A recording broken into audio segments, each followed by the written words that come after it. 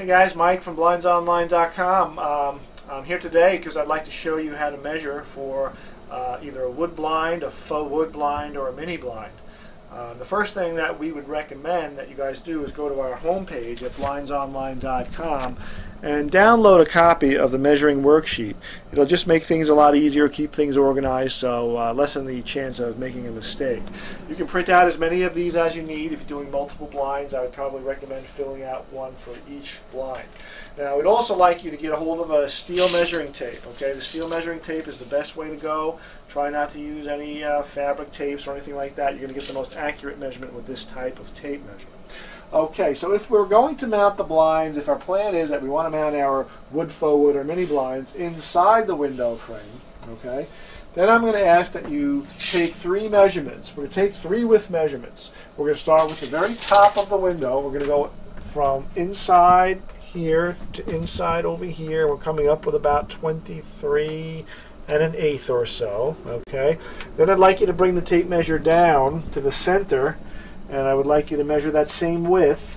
We're just checking to see if the window is square. We're coming up with about the same thing, 23 1/8, and we want to also check that bottom measurement. And here I'm coming up with 23. So, of those three measurements, I'd like to take the smallest of the three, round it to the nearest 1/8 of an inch. In this case, it's going to be 23 inches.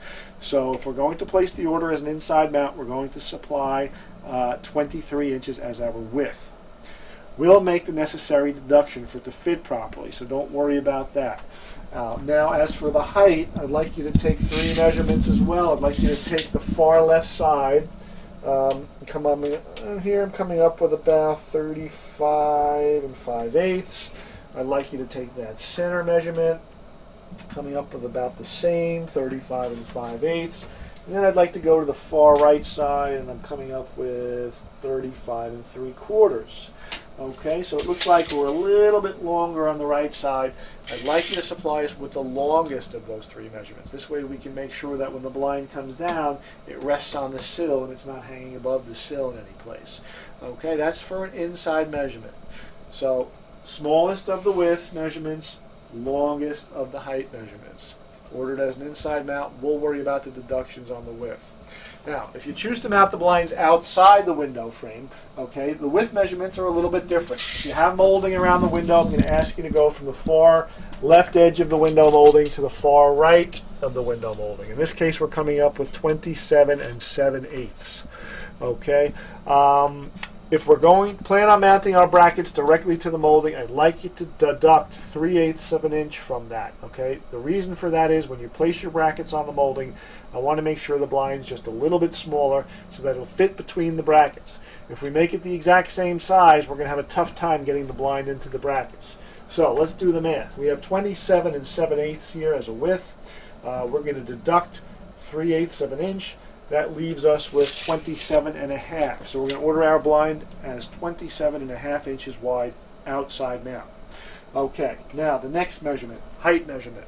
We want to start from where we're going to be mounting. Here, we're going to the window molding.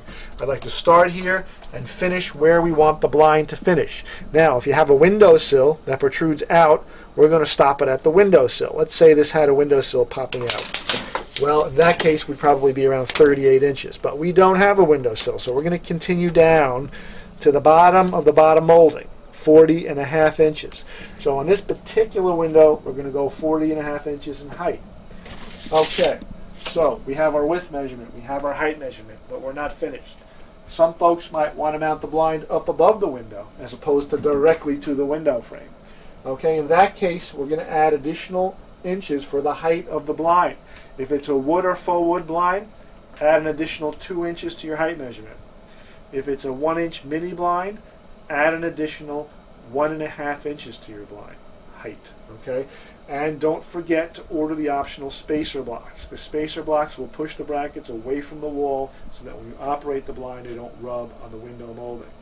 Okay, if you have any questions, please feel free to call me. The measurements are the most important part of the whole process.